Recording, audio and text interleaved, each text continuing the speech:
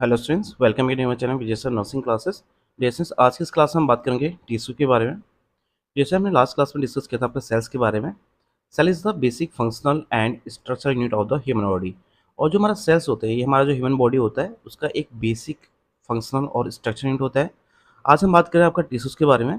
Group of sales comes together make tissues, यानी जो आपका सेल्स का ग्रुप होता है ये सब मिलकर हमारा टिश्यू बनाते हैं।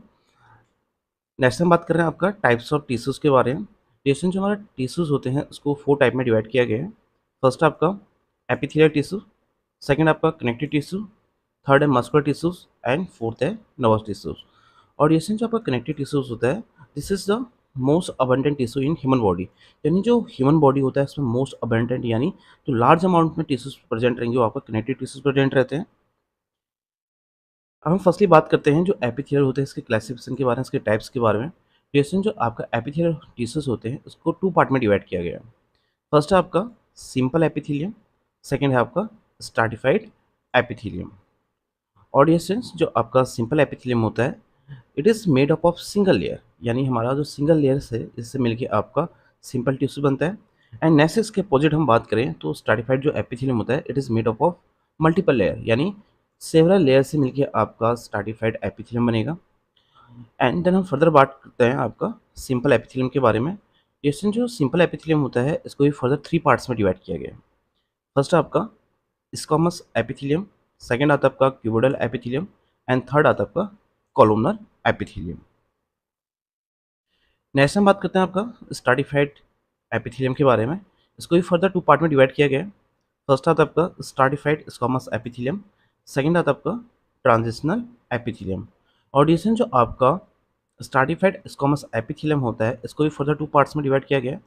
फर्स्ट आपका क्रेटिनाइज्ड एपिथेलियम, सेकंड है आपका नॉन क्रेटिनाइज्ड एपिथेलियम। फर्स्टली हम बात करते हैं एपिथेलियल टिश्यूज के बारे में। This tissue type covers the body and lines cavity, hollow organ and tubes. और ये जो आपका एपिथेलियल टिश्यूज होती हैं ये हमारे बॉडी को कवर करके रखती हैं, और जो हमारे बॉडीज़ में कैविटीज़ प्रेजेंट रहती हैं उसको लाइनिंग प्रोवाइड करती हैं। और इसके अलावा जो हमारे हॉलो ऑर्गन्स होते हैं और जो हमारे ट्यूब्स होते हैं बॉडी में उसमें प्रेजेंट रहता है। And it is also found in the glands. इसके अलावा हमारी जो ग्लैंड्स होती हैं, ग्रंथियाँ होती हैं, उसमें प्रेजेंट रहता है। और ये जो ग्लैंड्स होती है हमारे 2 टाइप्स की होती हैं। एक तो होती है आपकी एक्सोक्राइन ग्लैंड्स, दूसरी आती है आपकी एंडोक्राइन ग्लैंड्स, हमारी बॉडी में प्रेजेंट रहती है। रिएक्शन जो हमारे एक्सोक्राइन ग्लैंड्स होती हैं ये हमारा एंजाइम्स को सीक्रेट करना का काम करता है। इसके अपोजिट में जो आपका एंडोक्राइन ग्लैंड्स होती है ये हमारे बॉडी में हार्मोन को सीक्रेट करने का काम करता है। इसके अलावा हम जो एपिथेलियल जो टिश्यूज होते हैं इसके फंक्शन के बारे में देखते हैं। फर्स्ट फंक्शन है आपका protection of underlying structure from, यानी जो हमारा जो बॉडी है उसके जो अंडरलाइंग स्ट्रक्चर होता है उसको प्रोटेक्शन प्रोवाइड करता है।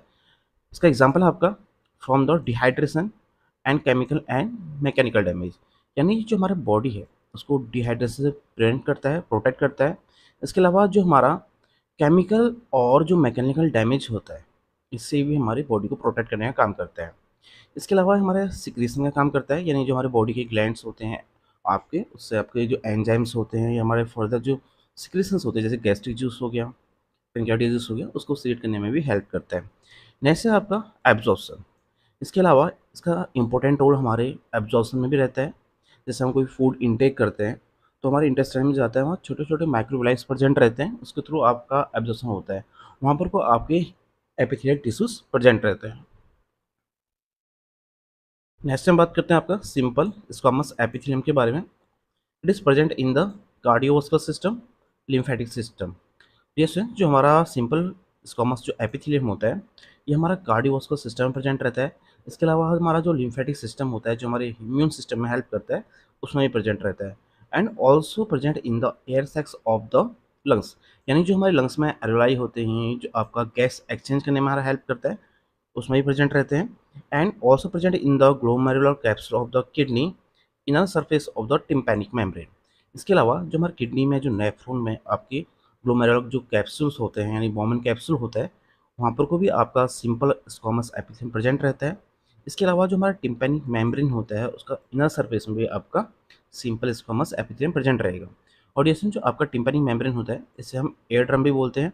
अब बात करते हैं जो सिंपल स्क्वामस एपिथेलियम होता है, इसका फंक्शन है वो क्या है। फर्स्ट आपका filtration and blood filtration in kidney, यानी जो किडनी में हमारे नेफ्रॉन्स होते हैं उसमें से आपका जो ब्लड होता है उसको फिल्टर करने का काम करता है और हमारा यूरिन का फॉर्मेशन करता है। नेक्स्ट आपका diffusion, diffusion of oxygen into the blood vessels of the lungs. इसके अलावा जो हमारा सिंपल स्क्वामस एपिथेलियम होता है ये हमारे लंग्स में जो ब्लड वेसल्स प्रेजेंट रहते हैं यहाँ पर को ऑक्सीजन का डिफ्यूजन करने में हेल्प करता है। नेक्स्ट हम बात करते हैं आपका क्यूबोइडल एपिथेलियम के बारे में। It is present in the duct of adult sweat gland, oesophageal glands and part of male urethra. और जो आपका क्यूबोइडल एपिथेलियम होता है ये हमारे अडल्ट्स में जो स्वेट ग्लैंड्स होती हैं यहाँ पर प्रेजेंट रहती हैं और इसोफेजियल ग्लैंड्स में प्रेजेंट रहती हैं। इसके अलावा हमारा जो मेल का यूरेथ्रा वाला पार्ट होता है यहाँ पर प्रेजेंट रहता है। इसके अलावा हम बात करते हैं इसके फंक्शन के बारे में। फर्स्ट आपका प्रोटेक्शन, सेकंड है लिमिटेड सिक्रेशन एंड थर्ड आपका एब्जॉर्प्शन। ये हमारे फंक्शन होते हैं आपके क्यूबोइडल एपिथेलियम के। नेक्स्ट आपका columnar epithelium, this is form by a single layer of the tall thin cells on a basement membrane. और जो हमारा बेसमेंट मेम्ब्रेन होता है इसमें जो कोलुमनर एपिथेलियम होता है सिंगल लेयर की टॉल और थिन सेल की बनी रहती है। The lining of the stomach is form from the simple columnar epithelium. इसके अलावा जो हमारे स्टमक में जो लाइनिंग होती है ये भी हमारी जो सिंपल कोलुमनर एपिथेलियम होती है इसके थ्रू बनती है। नेक्स्ट आपका the free surface of columnar epithelium lining in the small intestine is covered with the microvilli. इसके अलावा जो हमारे स्मॉल इंटेस्टाइन की जो लाइनिंग होती है ये भी हमारे कोलुमनर जो एपिथेलियम होता है इसके थ्रू कवर्ड रहती है जिसे हम माइक्रोलाई बोलते हैं। And microvilli provides a very large surface area for absorption of nutrients from the small intestine.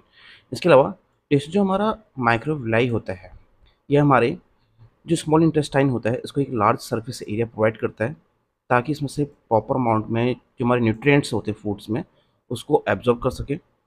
In the trachea columnar epithelium is slated and also contain goblet cells that secrete mucus।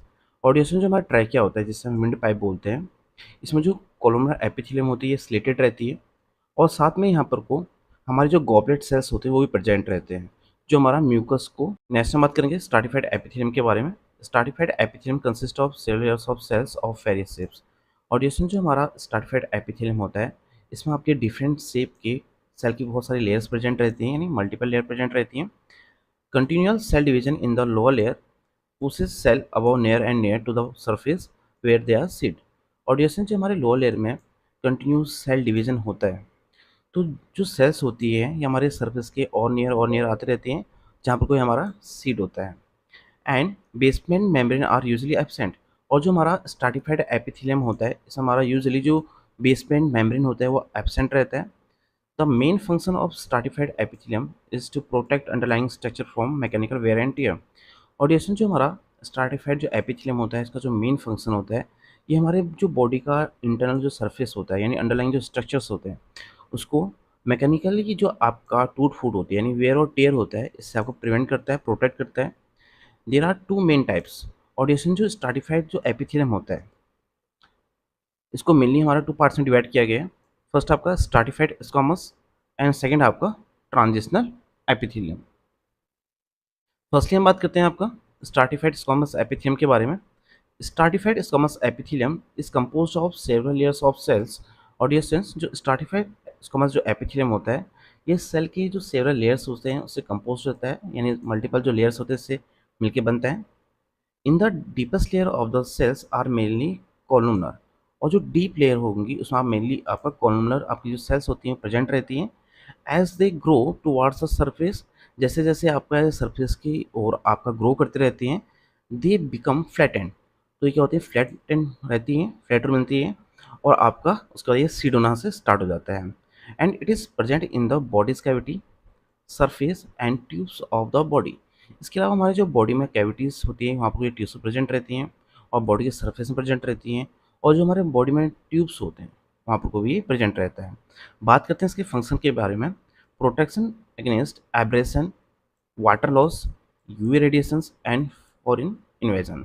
इसके अलावा जो इसका main function है वो क्या है आपका protection against abrasion यानी जो फ्रिक्शन होता है उसे प्रिवेंट करता है, हमारी बॉडी से वाटर लॉस को प्रिवेंट करता है और जो हमारे यूवी रेडिएशंस के हमारे जो बॉडी में हाईली लीथल जो इफेक्ट पड़ते हैं उससे प्रोटेक्ट करता है। एंड जो फॉरेन जो बॉडी से जो इन्वेजन होगा उससे भी हमारे बॉडी को प्रोटेक्ट करने का काम करता है। नेक्स्ट हम बात करते हैं आपका क्रेटिनाइज्ड एपिथेलियम के बारे में। This is found on dry surface subjected to wear and tear. और इसमें जो क्रिटिनाइज जो एपिथेलियम होता है, ये हमारी जो ड्राई सरफेस होता है बॉडी का, वहाँ प्रेजेंट रहता है ताकि ये हमारे बॉडी को वेयर एंड टेयर से प्रोटेक्ट कर सके, यानी टूट फूट से प्रोटेक्ट कर सके। जैसा कि आपका एग्जांपल है आपका स्किन, स्किन में प्रेजेंट रहेगा, हेयर में प्रेजेंट रहेगा, और जो हमारे नेल्स होते हैं यहाँ पर को भी आपका जो क्रिटिनाइज जो एपिथेलियल टिश्यूज होते हैं वो प्रेजेंट रहते हैं। The surface layer consist of dead epithelial cells that have lost their nuclei and contain the protein creatinine. और ये सेंस जो हमारे सरफेस लेयर होता है इसमें हमारे डेड एपिथेलियल सेल प्रेजेंट रहती हैं, और साथ में इसमें आपका न्यूक्लियाई जो होता है वो एब्सेंट रहता है, और साथ में इसमें एक प्रोटीन प्रेजेंट रहता है जिसे हम क्रिएटिनिन बोलते हैं। This is forms a tug relatively waterproof protective layer that prevents drying out of live cells underneath। इसके अलावा ये हमारा एक टफ और वाटर प्रूफ एक प्रोटेक्टिव लेयर प्रोवाइड करता है जिसमें हमारे जो लाइफ सेल्स होते हैं वो हमारा आपका ड्राई होने से प्रिवेंट हो सकें और प्रोटेक्ट रहें। नेक्स्ट हम बात करते हैं आपका नॉन क्रेटिनाइज स्ट्राटिफाइड एपिथेलियम के बारे में। This protects moist surface subjected to wear and tear and prevents them from drying out. और इसमें जो आपका नॉन क्रेटिनाइज जो स्ट्राटिफाइड एपिथेलियम होता है ये हमारा जो सरफेस होता है बॉडी का उसको मॉइस्ट रखने का काम करता है, और साथ में ये जो हमारे लेयर्स होते हैं बॉडी के उसको वेयर एंड टेयर से ही प्रोटेक्ट करता है, यानी टूट फूट से प्रिवेंट करता है। इसके अलावा ये हमारे जो बॉडी के जो पार्ट्स होते हैं यानी जो इनर सरफेस होता है उसको ड्राई होने से प्रोटेक्ट करता है। इसके एग्जाम्पल होते हैं, it is present in the conjunctiva of the eyes, ये हमारे जो आई की कंजक्टिवा होता है वहाँ प्रेजेंट रहता है, and also present in the lining of the mouth and pharynx and oesophagus and वेजाना। देखो हमारा तो एक ये आई की जो कंजक्टिवा वहाँ प्रेजेंट रहता है, इसके अलावा जो हमारे माउथ की लाइनिंग होती है और जो आपकी फेरिंग्स की लाइनिंग होती है और इसोफेगस और जो वेजाना होता है यहाँ पर कब ये आपका जो नॉन क्रिटिनाइज जो स्ट्राटिफाइड एपिथेलियल टिश्यूज होते हैं वो प्रेजेंट रहते हैं। नेक्स्ट हम बात करेंगे ट्रांजिशनल एपिथेलियम के बारे में। It is compose of several layers of pear shape cells. जैसे जो हमारा ट्रांजिशनल जो एपिथेलियम होता है ये हमारी जो मल्टीपल लेयर की आपका पेयर शेप की जो सेल्स होती हैं उससे मिलकर बनता है। It lines several parts of the urine tract. इसके अलावा जो यूरिन ट्रैक्ट के जो पार्ट्स होते हैं उसमें भी ये आपका प्रेजेंट रहेगा, इंक्लूडिंग द ब्लैडर, यानी जो आपका यूरिन ब्लैडर होता है यहाँ प्रेजेंट रहेगा, and allow for stretching as a bladder fills, यानी जब हमारा ब्लैडर आपका फिल हो जाता है उसको स्ट्रेच होने में भी आपका हेल्प करता है। इसके फंक्शन के बारे में देखते हैं। It allow urinary organ to stretch and maintain protective lining while holding viable amount of the fluids without rupturing.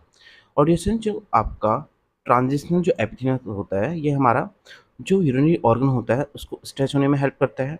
इसके अलावा जो आपका यूरिनरी जो ऑर्गन्स होते हैं उसकी जो लाइनिंग्स होती हैं उसको प्रोटेक्टिव लाइनिंग प्रोवाइड करता है ताकि उसको रप्चर होने या डैमेज होने से प्रोटेक्ट कर सके। नेक्स्ट हम बात करेंगे कनेक्टिव टिश्यूज़ के बारे में। Connective tissues is the most abundant tissue in the body.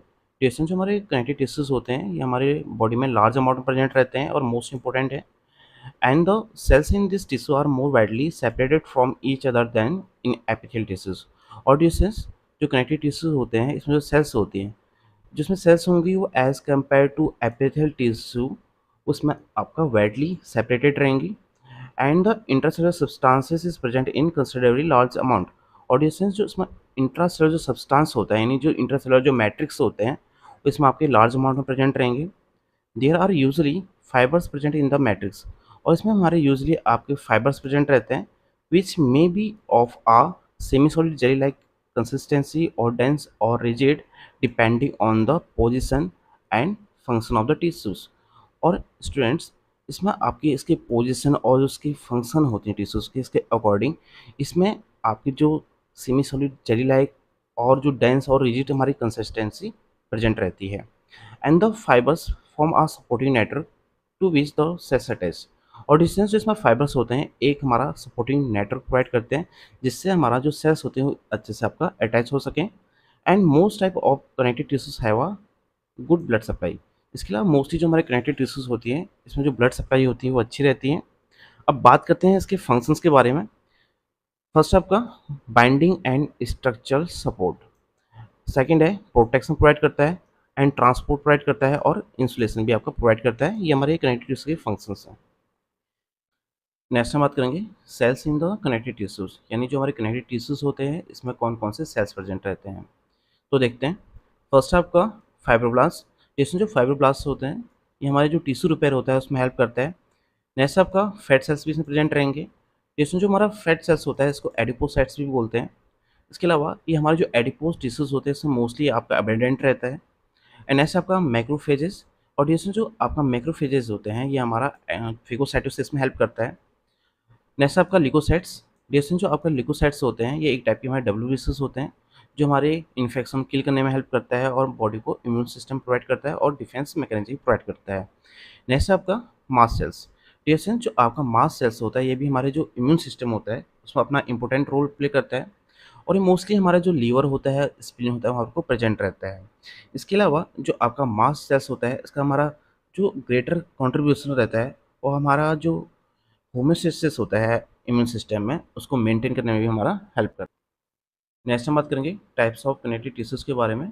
Tissue जो कनेक्टिव टिश्यूज़ होते हैं इसको अलग अलग पार्ट में डिवाइड किया गया है। फर्स्ट आपका लूज कनेक्टिव टिश्यू, नेक्स्ट है आपका adipose tissue, it is also known as a fat cells. जो एडिपोज टिश्यूज़ होते हैं इसको हम फैट सेल्स के नाम से जानते हैं।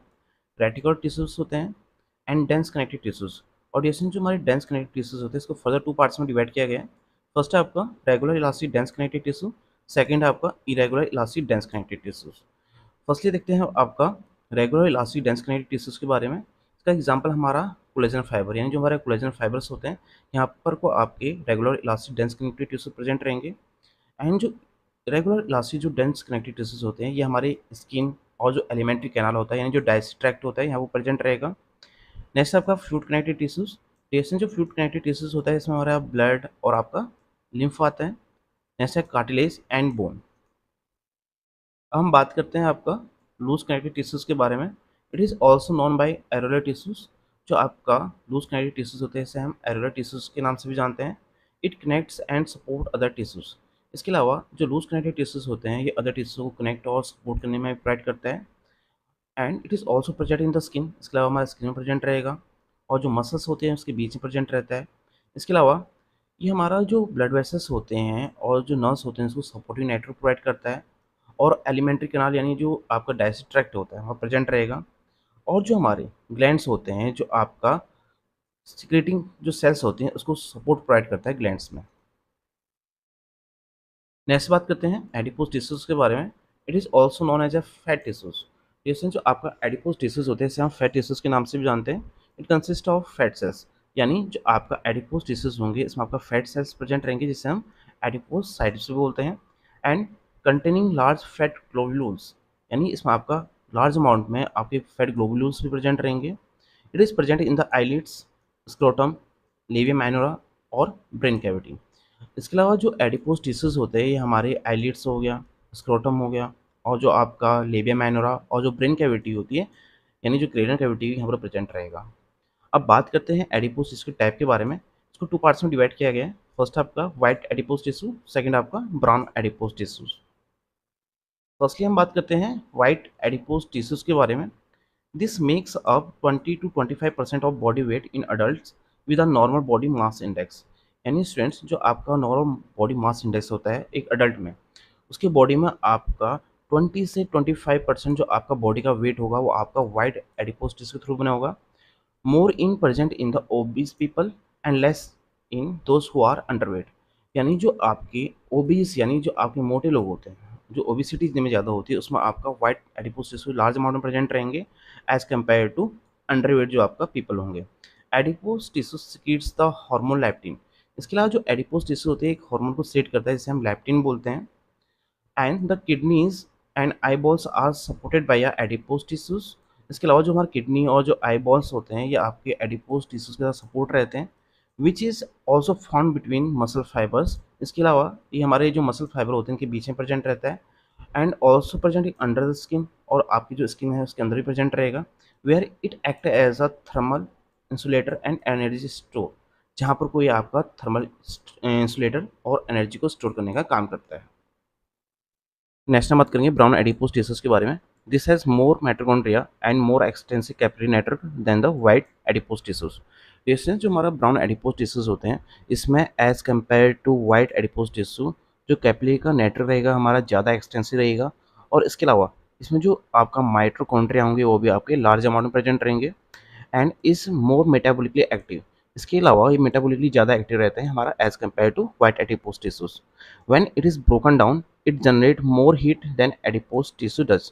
इसके अलावा जब भी हमारे जो ब्राउन एडिपोज टिश्यू होते हैं, जब इनका ब्रेक डाउन होता है तो ये एज कम्पेयर टू जो वाइट एडिपोज टिश्यू होते हैं इससे ज़्यादा हमारा हीट जनरेट करते हैं and is important in keeping the new born infant warm. इसके अलावा ये आपका जो न्यू बॉर्न होते हैं और जो इन्फेंट होते हैं उनको वार्म रखने में भी आपका इम्पोर्टेंट रोल प्ले करते हैं। In adults, brown fat is found in small amounts in the upper chest and neck area। इसके अलावा जो हमारे अडल्ट होते हैं इसमें जो आपके ब्राउन एडिपोज टिश्यू होते हैं वो हमारे कम अमाउंट में प्रेजेंट रहेंगे और ये हमारे मोस्टली जो अपर चेस्ट होता है और जो नेक एरिया होता है इसमें आपका प्रेजेंट रहेगा। नेक्स्ट हम बात करते हैं रेटिकुलर टिश्यूज़ के बारे में। It contains reticular cells and WBC. और डिएसएन जो हमारा रेटिकुलर टिश्यूज़ होते हैं इसमें आपका रेटिकुलर सेल्स और जो हमारे वाइट ब्लड सेल्स होते हैं वो प्रेजेंट रहते हैं, जिसमें आपका मोनोसाइट्स और आपके लिम्फोसाइट्स डब्ल्यूबीसी प्रेजेंट रहेंगे। And it is present in the liver, spleen and bone marrow. और जो आपके रेटिकुलर टिश्यूज़ होते हैं ये हमारे लीवर, स्प्लीन और हमारे बोन मैरो में प्रेजेंट रहते हैं। नेक्स्ट हम बात करेंगे डेंस कनेक्टिव टिश्यूज़ के बारे में। Dense connective tissue forms strong rope like structures such as tendons and ligaments. और इसमें जो हमारे डेंस जो कनेक्टिव टिश्यूज़ होते हैं एक हमारे स्ट्रॉन्ग और रोप लाइक का स्ट्रक्चर प्रोवाइड करता है जिसे हम टेंडन और लिगामेंट बोलते हैं। नेक्स्ट हम बात करते हैं आपका टेंडन के बारे में। Tendon attach skeletal muscles to the bones. और इसमें जो हमारा टेंडन होता है जो हमारे मसल्स होते हैं उसको हमारा बोन से अटैच करने में हेल्प करता है। And ligaments connect bone to bone. इसके अलावा जो हमारे लिगामेंट्स होते हैं ये हमारे बोन को बोन से कनेक्ट करने का काम करते हैं। And ligaments are more stretchy and contains more elastic fibres than the tendon. और इसमें जो हमारे लिगामेंट्स होते हैं ये एज कम्पेयर टू टेंडन आपके ज़्यादा स्ट्रेची रहते हैं। इसके अलावा इसमें आपके जो इलास्टिक फाइबर्स होंगे वो भी आपके लार्ज अमाउंट प्रेजेंट रहेंगे as compare to tendon. Next है आपका regular elastic dense connective tissue और irregular elastic dense connective tissue. ये आपके दो टाइप के डेंस कनेक्टिव टिश्यूज होते हैं जैसे हमने पहले बात की थी। तो जो आपका रेगुलर जो इलास्टिक डेंस कनेक्टिव है इसका जो एग्जांपल है कोलेजन फाइबर होता है। It provide connection between the different tissues. और जो आपका कोलेजन फाइबर्स होता है ये हमारे जो डिफरेंट टिश्यूज होते हैं इनके बीच में कनेक्शन प्रोवाइड करता है। और जो इरेगुलर इलास्टिक जो डेंस कनेक्टिव टिश्यूज होते हैं ये हमारे स्किन हो गया और जो आपका एलिमेंट्री कैनाल हो गया यानी जो डाइजेस्टिव ट्रैक्ट होता है यहाँ पर प्रेजेंट रहता है। नेक्स्ट हम बात करेंगे कार्टिलेज के बारे में। डिएसएन जो आपका कार्टिलेज होता है इसको 3 पार्ट्स में डिवाइड किया गया है। फर्स्ट आपका हाइलिन कार्टिलेज, सेकंड आपका फाइब्रो कार्टिलेज एंड थर्ड आपका इलास्टिक कार्टिलेज। डिएसएन जो आपका हाइलिन कार्टिलेज होता है ये आपका मोस्ट अबंडेंट कार्टिलेज है and it is present in the nose tip, trachea, air lobe and larynx. और जो हमारा हाइलिन कार्टिलेज होता है ये हमारे नोज टिप में प्रेजेंट रहता है। इसका जो ट्रैकिया जिसे हम विंड पाइप बोलते हैं यहाँ पर प्रेजेंट रहेगा, एयर लोब्स में प्रेजेंट रहेगा और लैरिंक्स जिसे हम वॉइस बॉक्स बोलते हैं यहाँ पर प्रेजेंट रहता है। डिएसएस इसमें एक आपका मेडिकल टर्म मेंशन किया गया है enchondroma. It is the tumour of hyaline cartilage. यानी जब भी हमारा जो हाइलिन कार्टिलेज होता है इसमें कोई कैंसरस ग्रोथ होती है तो उसे हम एंकोकॉन्ड्रोमा बोलते हैं। और डिएसएन जो लास्ट में जो ओमा वर्ड है इसका मीनिंग होता है आपका न्यू ग्रोथ। यानी जब भी कोई आपकी सेल की न्यू ग्रोथ होती है यानी कैंसरस ग्रोथ होती है तो उसको हम आपका ओमा वर्ड से डिनोट करते हैं। नेक्स्ट आपका फाइब्रोकार्टिलेज। इसका एग्जांपल आपका इंटरवर्टिबल डिस्क एंड सिम्फाइसिस पीविस। यानी जो इंटरवर्टिबल डिस्क होती है यहाँ पर को आपकी फाइब्रोकार्टिलेज प्रेजेंट रहेंगे और जो आपका सिम्फाइसिस पीविस है जिसे हम पीविस सिम्फाइसिस भी बोलते हैं यहाँ पर को भी आपका जो फाइब्रोकार्टिलेज होते हैं वो प्रेजेंट रहते हैं। इसके अलावा हम बात करते हैं आपका इलास्टिक कार्टिलेज के बारे में। पेशेंट जो आपका इलास्टिक कार्टिलेज होता है ये भी हमारे एयर में प्रेजेंट रहता है। नेक्स्ट हम बात करते हैं बोन कनेक्टिव टिश्यूज के बारे में। Bone tissue is the major structure and supporting connective tissue of the body. Patient जो आपका बोन टिश्यूज होते हैं ये हमारे बॉडी में एक मेजर स्ट्रक्चर और सपोर्टिंग कनेक्टिव टिश्यूज होते हैं जो हमारे बॉडी को एक प्रॉपर स्ट्रक्चर और एक सपोर्ट प्रोवाइड करते हैं। And bone tissue forms the rigid part of the bones that makes up a skeleton. यानी जो आपका बोन्स होता है ये हमारे बॉडी का एक रिजिड पार्ट यानी एक हार्ड पार्ट हमारा फॉर्म करता है और हमारे साथ में जो स्केलेटल सिस्टम होता है इसको फॉर्म करने में भी हमारा हेल्प करता है। And it support muscles, organs and soft tissues. इसके अलावा जो बोन्स होते हैं ये हमारे जो मसल्स होते हैं इसको सपोर्ट प्रोवाइड करता है with the help of tendon and organ को सपोर्ट करने में हेल्प करता है। इसके अलावा जो हमारे सॉफ्ट टिश्यूज होते हैं इसको सपोर्ट करने में भी हमारा हेल्प करता है।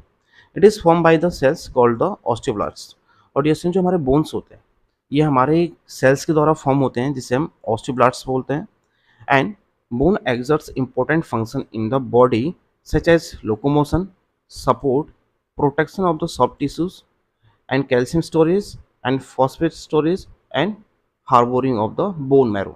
और जैसे जो हमारे बोन होता है ये आपका इम्पोर्टेंट एक फंक्शन प्ले करता है, रोल प्ले करता है, ताकि हमारी जो बॉडी है या जो बोन्स होते हैं उसमें आपका लोकोमोशन प्रोवाइड कर सके, ठीक है, मसल्स और अदर जो हमारे बॉडी पार्ट्स होते हैं उसको सपोर्ट प्रोवाइड कर सके, और जो हमारे सॉफ्ट टिश्यू होते हैं उनको आपका प्रोटेक्शन प्रोवाइड करता है।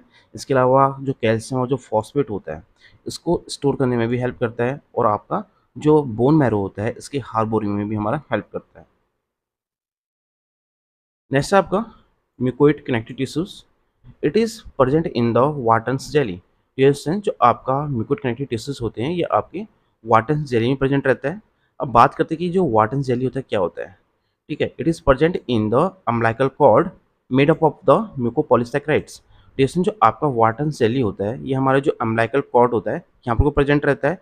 इसके अलावा ये हमारा जो म्यूकोपॉलीसैकेराइड्स होता है इसके द्वारा बनता है। और डिस्टेंस जो हमारा अम्बिलिकल कॉर्ड होता है जिसे हम फ्यूनिस के नाम से भी जानते हैं। जैसे कि आप इमेज में देख सकते हैं स्टूडेंट्स, ये हमारा आपका वाटन्स जेली का आपका इमेज है। इसमें हमारे दो अम्बिलिकल आर्टरीज रहती हैं और हमारा एक अम्बिलिकल वेन रहता है, और ये हमारे जो अम्बिलिकल कॉर्ड होता है उसको प्रोटेक्शन प्रोवाइड करता है। इसका फंक्शन देखते हैं। It provide insulation and protection within the umbilical cord. यानी जो अम्बिलिकल कॉर्ड है इसके अंदर आपका ये प्रोटेक्शन और इंसुलेशन की प्रॉपर्टीज प्रोवाइड करने में हेल्प करता है। नेक्स्ट हम बात करते हैं मसल टिश्यूज के बारे में। This tissues is able to contract and relax and providing movement of the body parts. और जिसमें जो हमारे मसल्स टिश्यू होते हैं ये हमारे कॉन्ट्रैक्ट और रिलैक्स इजीली हो जाते हैं। इसके अलावा ये हमारे बॉडी को मूवमेंट भी प्रोवाइड करने में हेल्प करता है। And muscle contraction requires are rich blood supply providing sufficient oxygen, calcium and nutrients, removing waste products. और इससे जो हमारा मसल कॉन्ट्रैक्शन होता है और इसके लिए हमारा एक अच्छी ब्लड सप्लाई की ज़रूरत होती है जो हमारे बॉडी को प्रॉपर अमाउंट में ऑक्सीजन प्रोवाइड करता है, और जिसके द्वारा हमारा बॉडी में कैल्शियम अच्छे से मिलेगा और न्यूट्रिएंट्स प्रॉपर अमाउंट में हमारे पूरे बॉडी पार्ट में सप्लाई हो सकता है। इसके अलावा जब अच्छी ब्लड सप्लाई होगी मतलब मसल कॉन्ट्रैक्शन के थ्रू तो आपका जो वेस्ट प्रोडक्ट होते हैं वो भी हमारे बॉडी से इजीली रिमूव हो सकते हैं। There are three types of special contracted cells also known as fibres. Distance और हमारी जो मसल्स होती है इसमें हमारे कुछ स्पेशलाइज कॉन्ट्रैक्टाइल सेल्स प्रेजेंट रहते हैं जिसे हम फाइबर्स बोलते हैं। और डिस्टेंस जो हमारा मसल टिश्यूज होते हैं इसके फर्दर थ्री पार्ट्स हैं। फर्स्ट आता आपका स्केलेटल मसल्स, सेकंड आपका स्मूथ मसल एंड थर्ड आपका कार्डिक मसल्स। जैसे कि आप इमेज में देख सकते हैं स्टूडेंट्स, फर्स्ट है आपका cardiac muscles, skeletal muscle and smooth muscle. Firstly हम बात करते हैं स्केलेटल मसल्स के बारे में। It is striated and voluntary control. Distance जो हमारे स्केलेटल मसल्स होते हैं ये हमारे स्ट्राइटेड रहते हैं और वॉलेंट्री कंट्रोल में रहते हैं। यानी हमारी जो ऐच्छिक जो क्रियाएं होती हैं वो आपका स्केलेटल मसल्स में रहती हैं। बात करें इसके शेप की तो उसका शेप रहता है पास सिलेंड्रिकल हम बोल सकते हैं, और ये मल्टी न्यूक्लिएटेड होता है और स्ट्राइटेड रहता है। And skeletal muscles contraction is stimulated by a motor nerve impulse originating in the brain or spinal cord and ending at the neuromuscular junction। और ये जो आपका स्केलेटल मसल में जो कॉन्ट्रैक्शंस होते हैं ये हमारे जो मोटर नर्व इम्पल्स होते हैं इसके द्वारा आपका स्टिमुलेट होते हैं, और ये मोस्टली हमारा जो ब्रेन होता है और जो स्पाइनल कॉर्ड होता है ये यहाँ पर को ओरिजिनेट होते हैं and ending at the neuromuscular junction. इसके अलावा इसका जो एंड होगा वो कहाँ पर को होगा, आपका जो न्यूरोमस्कुलर जंक्शन होता है वहाँ पर को ये एंड होता है। नेक्स्ट हम बात करेंगे स्मूथ मसल्स के बारे में। It is non striated, visceral and involuntary. जो स्मूथ मसल्स होते हैं हमारे नॉन स्ट्राइटेड रहते हैं और विसरल रहते हैं और इनवॉलेंट्री रहते हैं, यानी हमारे अंडर कंट्रोल नहीं रहेगा। बात करते हैं इसके शेप की, स्पेंडल शेप की हमारे स्मूथ मसल्स रहती हैं and have a single centrally located nucleus. और में आपका ये सिंगल रहते हैं और सेंट्रली हमारा न्यूक्लियस में लोकेटेड रहता है, और इसमें साथ में लैक ऑफ स्ट्राइसिन प्रेजेंट रहता है। Some smooth muscles has the intrinsic ability to initiate its own contractions. जैसे इसके अलावा कुछ हमारे स्मूथ मसल्स होती हैं उसकी खुद की इंट्रिंसिक एबिलिटी होती है जिससे वो खुद की कॉन्ट्रैक्शन जनरेट कर सकता है। जैसे कि आपका पेरिस्टालसिस। जैसे जो पेरिस्टालसिस होता है इसको हम पेरिस्टाल्टिक मूवमेंट के नाम से भी जानते हैं। ये हमारे जो एलिमेंट्री कैनाल होता है या जो डाइजेस्टिव ट्रैक्ट होता है वहाँ पर वो कंटिन्यू रहता है ताकि जो हमारा फूड होता है उसका मूव ऑन आगे वो कंटिन्यू रहे।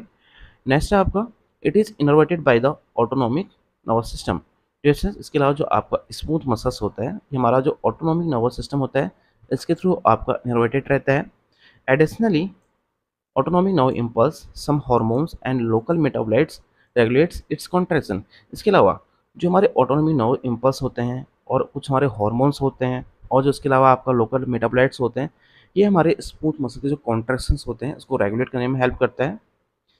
Smooth muscles is rich in mitochondria that fuel slow and sustain activity. और डिसीजन जो स्मूथ मसल्स होता है इसमें आपका जो माइटोकॉन्ड्रिया होता है लार्ज अमाउंट या रिच अमाउंट में प्रेजेंट रहते हैं, जो हमारे जो इसकी एक्टिविटी होता है उसको कंटिन्यू और कभी स्लो करने में भी हेल्प करता है। It's activity much more slower then the skeletal muscles. लेकिन जो स्मूथ मसल्स की जो एक्टिविटी होती है ये आपका जो स्केलेटल मसल्स होती है इसके कंपेयर में आपका काफ़ी स्लो रहती है। Smooth muscle cells are usually organized in a sheets in the walls of hollow organs।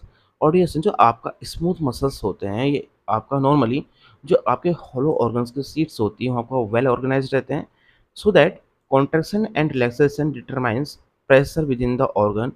जिससे क्या होता है जो हमारे ऑर्गन के अंदर आपका जो कॉन्ट्रैक्शंस और जो रिलैक्सेशन होता है उसको हम अच्छे डिटरमाइन कर सकते हैं। एंड जैसे एग्जांपल आपका regulating the diameter of the blood vessels and parts of the respiratory tract. जो हमारे स्मूथ मसल्स में जो आपके कॉन्ट्रैक्शन जो रिलैक्सेशन होते हैं इसके थ्रू हमारे जो ब्लड वेसल्स का जो डायमीटर होता है वो आपका रेगुलेट होता है। इसके अलावा जो आपका रेस्पिरेटरी ट्रैक्ट होता है इसका जो डायमीटर होता है वो भी आपका रेगुलेट होता है। नेक्स्ट आपका propelling the content along in the uterus duct of the gland and the alimentary canal. अब साथ में ये हमारे जो यूट्रस होता है आपको जो कुछ ग्लैंड में जो आपकी डक्ट्स होती हैं और जो एलिमेंट ट्रैक्ट्स होते हैं यहाँ पे जो कंटेंट होता है उसको प्रोपेल करने में हेल्प करता है and expelling contents of the urinary bladder and uterus. इसके अलावा जो हमारा यूरिनरी ब्लैडर में आपका जो यूरिन फिल हो जाता है और जो आपका यूट्रस का जो कंटेंट होता है उसको बाहर एक्सपेल करने में भी हेल्प करता है। जैसे हम बात करते हैं जो ब्लड वेसल्स होते हैं इसके लेयर्स के बारे में। जैसे जो हमारे ब्लड वेसल्स होते हैं इसमें 3 टाइप की लेयर पाई जाती है। फर्स्ट आपका ट्यूनिका एडवेंसिया, इसको हम ट्यूनिका एक्सटर्ना भी बोलते हैं। दूसरा आपका ट्यूनिका मीडिया एंड थर्ड आपका ट्यूनिका इंटीमा। जैसे इमेज में देख सकते हैं स्टूडेंट्स, जो आपका ट्यूनिका एडवेंसिया होती है जिसे हम ट्यूनिका एक्सटर्ना भी बोलते हैं, ये हमारी आउटर मोस्ट लेयर होती है ब्लड वेसल्स की। एंड मिडिल लेयर होती है आपकी tunica media and blood vessel की जो आपका इनर मोस्ट लेयर होती है आपकी ट्यूनिका इंटीमा। और उसके बाद यहाँ पर आता है आपका बेसमेंट मेम्ब्रेन।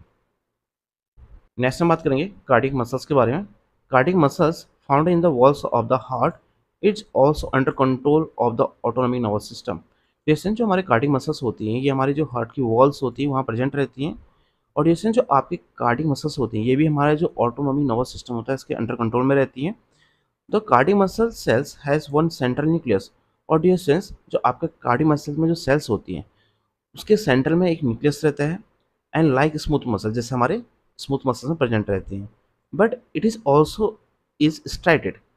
डिस्टेंस जो हमारे कार्डियक मसल्स होती है हमारे कंट्रोल में तो नहीं रहती लेकिन हमारे क्या रहती है स्ट्राइटेड रहती हैं जैसे कि हमारे स्केलेटल मसल्स रहती हैं। नेक्स्ट बात करते हैं शेप के बारे में। जो हमारी कार्डियक मसल्स होती हैं ये आपका रेक्टेंगुलर शेप की रहती हैं। The contraction of cardiac muscles is involuntary strong and rhythmical. और इसमें जो हमारे कार्डियक मसल्स जो कॉन्ट्रैक्शंस होते हैं ये हमारे इन्वॉल्यूंटरी रहते हैं, हमारे कंट्रोल में नहीं होते हैं, स्ट्रॉन्ग रहते हैं और हमारे रिदमिकली ये कंटिन्यू रहते हैं। नेक्स्ट हम बात करेंगे नर्वस टिश्यूज़ के बारे में। This tissue is responsible for conduct transmits and transport impulse. जो हमारे नर्वस टिश्यूज़ होते हैं ये हमारे जो इम्पल्सेस होते हैं इसको कंडक्ट ट्रांसमिट और ट्रांसपोर्ट करने का काम करता है। जो नर्वस टिश्यूज़ होते हैं इसको 2 पार्ट में डिवाइड किया गया है। फर्स्ट आपका एक्साइटेबल सेल्स, सेकंड आता है आपका नॉन एक्साइटेबल सेल्स। फर्स्टली हम बात करते हैं आपका एक्साइटेबल सेल्स के बारे में। These are called neurons. जैसे जो हमारा एक्साइटेड सेल्स होते हैं इसमें न्यूरॉन्स आते हैं, इसको हम न्यूरॉन्स भी बोल सकते हैं। They initiate, receive, conduct and transmit information. जो हमारा इन्फॉर्मेशन या जो इम्पल्सेस होती हैं इसको इनिशिएट करने का काम करता है, उसको रिसीव भी करता है और आपका कंडक्ट और उसको ट्रांसमिट करने का भी काम करता है। नेक्स्ट हम बात करते हैं नॉन एक्साइटेबल सेल्स के बारे में। These are also known as glial cells. इसे हम गीलियर सेल्स भी बोलते हैं और गीलियर सेल्स आपके नॉन एक्साइटेबल सेल्स होते हैं। They support the network. और जैसे जो आपके गीलियर सेल्स होते हैं ये हमारे जो न्यूरॉन्स होते हैं सिर्फ आपका सपोर्ट प्रोवाइड करता है। Thank you students for watching this video. Please don't forget to like, share and subscribe this channel for more updates.